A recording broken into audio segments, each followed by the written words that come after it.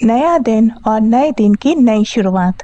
लेकिन आज की सुबह एक सवाल के साथ शुरू हुई है कि क्या आज हमें जूने वानी दिखेगी। काफी देर से हम इस एरिया को छांट रहे हैं, हर कोने को स्कैन कर रहे हैं, लेकिन यहाँ जूने वानी का कुछ अता पता नहीं।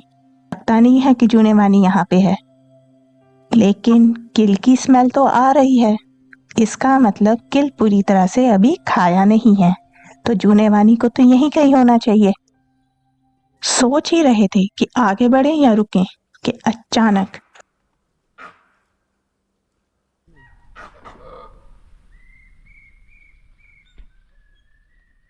अलार्म कॉल्स तो धीमे धीमे करके बंद हो गई और साथ में जूने वानी के मिलने का चांस भी। चलते चलते अब हम थकने लगे हैं।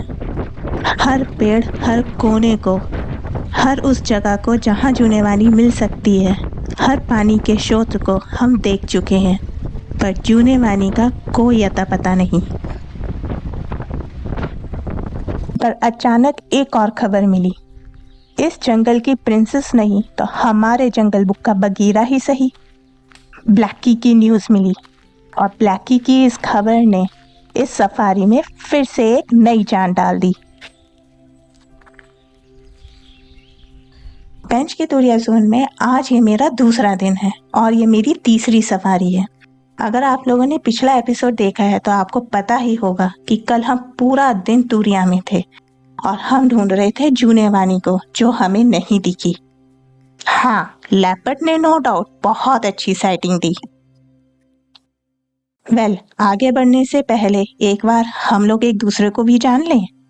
मैं हूँ नेहा। मैं एक सोलो ट्रैवलर हूँ और जंगल और यहाँ के रहने वाली ये वाइल्ड लाइफ मेरे लिए मेरा दूसरा घर है। कॉर्पोरेट वर्ल्ड में काम करती हूँ ताकि जिंदगी जीने के लिए यहाँ आ सकूं। तो चलो आज की सफारी की शुरुआत करें। आज की जर्नी की शुरुआत में ही हमें दिख गए ये जैकल्स। ये मदर जैकल है और पीछे ही इसके कब्स भी हैं।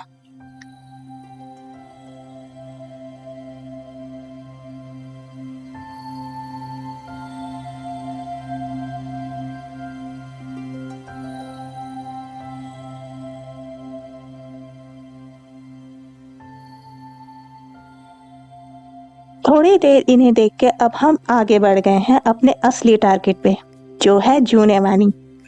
जूने वानी इस कोर जोन की एक यंग टाइग्रेस है जिसकी 3 कब्स हैं। अभी तक इसकी काफ़ी अच्छी साइटिंग चल रही थी। मैं भी जूने वानी और उसके कब्स को फिल्माने आई थी, पर मेरी किस्मत, 2 दिन से जूने वानी और उसके कब्स का कुछ अता पता नहीं है। यह जूने वानी का ही एरिया है और हम यहाँ रेडार की तरह इस एरिया को पूरी तरह से स्कैन कर रहे हैं। थोड़ा रुक के हम लोगों ने आगे बढ़ने का सोचा और बस आगे बढ़ने लगे ही थे।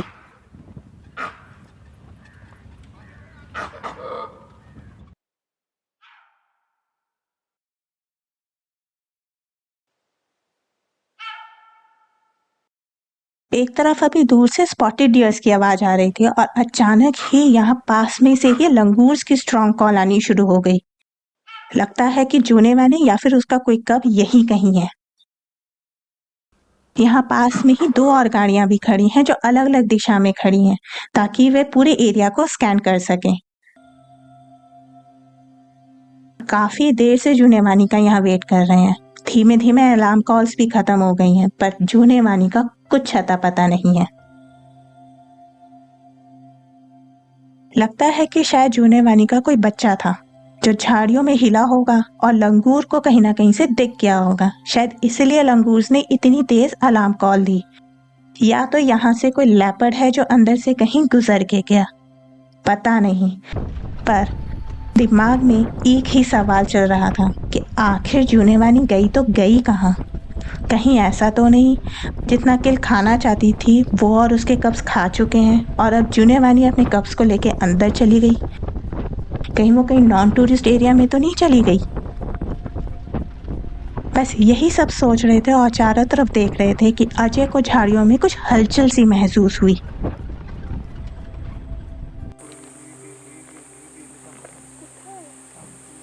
ते जवळ आहे जास्त. झाडपाशी ते छोटं समोर ते छोटं मुंडी दिसायला लागली छोट्या झाडापाशी एक मोठा बुंदा आहे त्याच्या मागे छोटा बुंदा आहे. झाडांच्या मध्ये बघ ना पान. Jungle cat.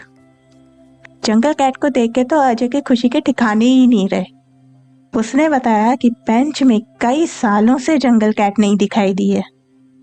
मैं पिछले 10 सालों से जंगलों में आ रही हूँ और मैंने इस जंगल कैट को पहले सिर्फ एक ही बार देखा है और वो है जिम कॉर्बेट में। तो इस लिहाज से आप समझ ही सकते हैं कि जंगल कैट को इतने घने जंगल में देखना बहुत ही रेयर है।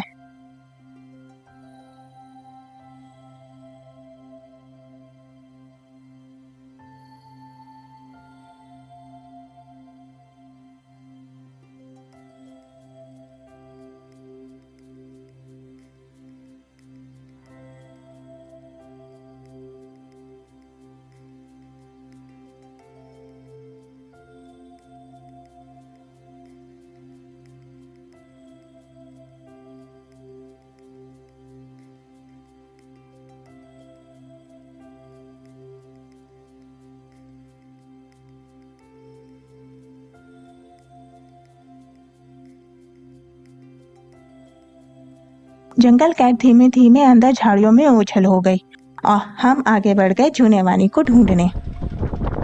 हमें यहाँ करीब करीब 3 घंटे हो चुके हैं लगातार चलते चलते। हम जूनेवानी के इस पूरे एरिया को करीब करीब पूरी तरह से छांट चुके हैं और जूनेवानी की कोई खबर नहीं मिली। हम अब बहुत थक गए थे और अब हमने सोचा कि क्यों ना एक छोटा सा ब्रेक ले लिया जाए। मैंने पहली बार किसी सोवेनियर शॉप को जंगल के बीच में देखा है। ये एक्चुअली एक रेस्टिंग पॉइंट है जहाँ रुक के लोग ब्रेकफास्ट करते हैं, पर हमने यहाँ रुकने की बजाय डिसाइड किया कि क्यों ना चौकी पे रुकें। चौकी पे गार्ड्स रहते हैं, तो हमें यकीन था कि गार्ड्स को किसी न किसी मूवमेंट के बारे में ज़रूर पता होगा और शायद हमें वहाँ से कोई इन्फॉर्मेशन मिल जाए। पिछले एपिसोड में मैंने बैरीकेड्स यानी इन बाड़ों के बारे में तो बताया ही था। ये वही बाड़े हैं जहाँ पे स्पॉटेड डियर के लिए घास उगाई जाती है।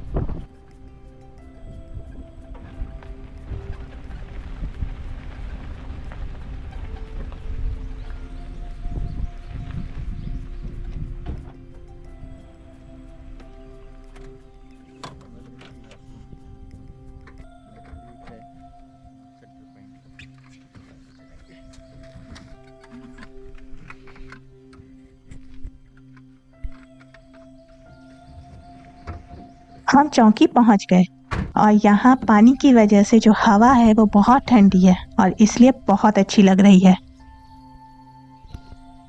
आप लोगों ने कुछ नोट किया क्या? बाड़े के अंदर अच्छी खासी घास उग रही है और वहीं बाड़े के बाहर करीब करीब घास खत्म हो चुकी है। अगर इसी तरह से यहाँ बाड़े ना लगाए जाएं तो जंगल में डियर सारी घास खत्म कर डालेंगे और उनके लिए कोई खाना बचेगा ही नहीं। इसलिए यहाँ पेंच में जगह जगह आपको बाड़े लगे हुए मिलेंगे। अजय ने बुलाया है, लगता है कि कोई खबर मिली है।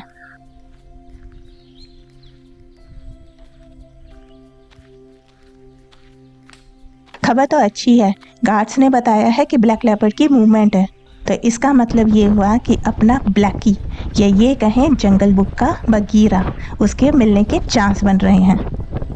तो अब हम इस जंगल की प्रिंसेस को छोड़ के चल दिए हैं बगीरा पे अपनी किस्मत आजमाने। वैसे ब्लैकी को ट्रैक करना बहुत आसान नहीं है। अजय काफ़ी समय से ब्लैकी को ट्रैक कर रहा है और उसका एक्सपीरियंस ये बताता है कि ब्लैकी की मूवमेंट में कुछ चेंजेस हैं। पहले ब्लैकी इसी कोर एरिया में कहीं ना कहीं दिखता था, 1 या 2 बार कभी कभार दिख जाता था, पर अभी पता चला है कि ब्लैकी की मूवमेंट कोर एरिया से हटके थोड़ा सा बफर एरिया की तरफ भी जा चुकी है।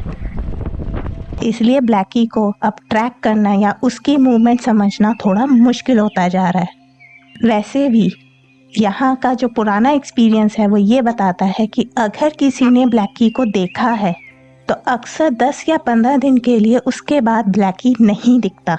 उसका कुछ रीज़न ये समझ में आता है कि ब्लैकी मतलब अपना ब्लैक लेपर्ड है ब्लैक कलर का, तो वह अपने आप को झाड़ियों में बहुत ज़्यादा अच्छे से छिपा नहीं पाता, तो इसलिए प्रीडेटर से बचने के लिए वो अपने आप को छिपाने के लिए अक्सर ऐसे एरिया में कहीं ना कहीं चला जाता है जहां उसे देखना बहुत मुश्किल है। और वैसे भी जैसी किस्मत मेरी पिछले 2-3 दिन से चल रही है, ऐसा लगता नहीं है कि इतनी रेयर और इतनी बड़ी साइटिंग मुझे इतनी आसानी से हो जाएगी।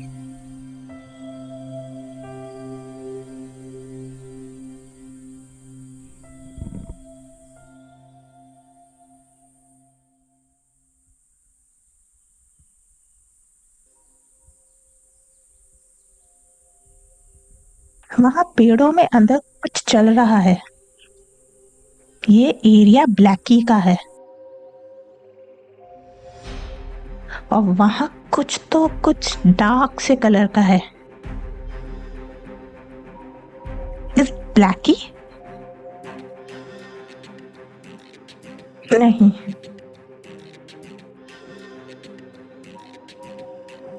अब मेरे और अजय के बीच में बहस छिड़ी हुई है। मैं कह रही हूँ कि कहीं ये ब्लैकी की मदर तो नहीं है, क्योंकि ये एरिया ब्लैकी का है। और अजय बार बार मेरी एक्साइटमेंट को पूरी तरह से तोड़ते हुए कह रहा है नहीं, ये ब्लैकी की मदर नहीं है।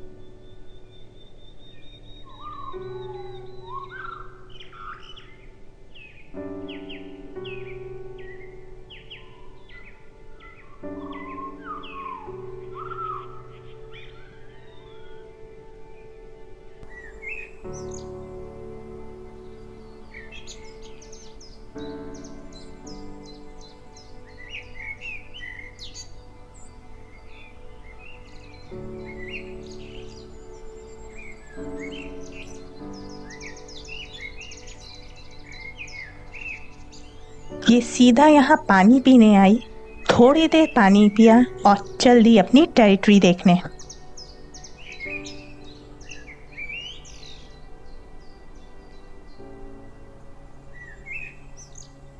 लेपर्ड्स भी टाइगर की ही तरह अपनी टेरिटरी को मार्क करते हैं, बस फर्क इतना सा है कि दोनों की टेरिटरी एक दूसरे से काफी भिन्न होती है। लेपर्ड्स को पसंद होता है चट्टान और ऊंचाई, और वहीं टाइगर को पसंद होता है घना जंगल या ग्रासलैंड जैसा एरिया।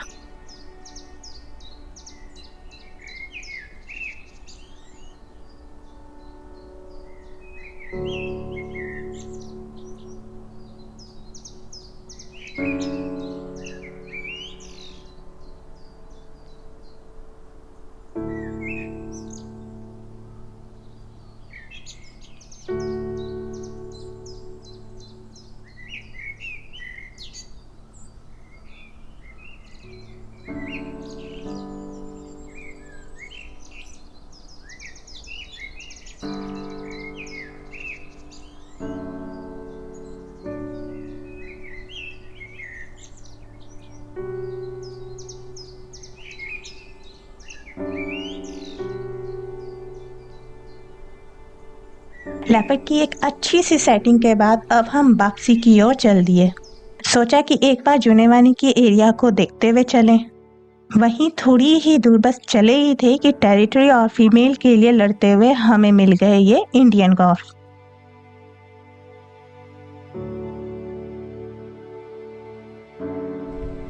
कभी कभी किस्मत का खेल भी कितना अजीब होता है। जंगल हमें आज दिखा रहा है कुछ अनदेखे से तो कुछ दुर्लभ चीजें, जैसे आज हमें दिख गई वाइल्ड कैट, पर जिसे देखने आए थे वो आज भी परछाई बनी हुई थी। सफारी का समय खत्म होने को है और चलते चलते कुछ ऐसा देखने को मिला जो शायद कभी ना भुला पाएंगे। आज हम सच में डिज्नीलैंड को रियल लाइफ में महसूस कर रहे थे। अब इसे बिना फिल्माए आगे कैसे बढ़ जाएं? ये बटरफ्लाइज जिन्हें ग्रास येलो बटरफ्लाई कहते हैं, यहाँ मिट्टी से मिनरल चूस रही है और ये डियर पानी तो पीना चाहते हैं पर इन्हें डिस्टर्ब नहीं करना चाहते। डियर और बटरफ्लाई का इस तरह से एक साथ होना लग रहा था मानो फेरी टेल की दुनिया में आ गए हों, जहाँ सुनहरे डियर घिरे हुए थे पीली पीली छोटी छोटी तितलियों से।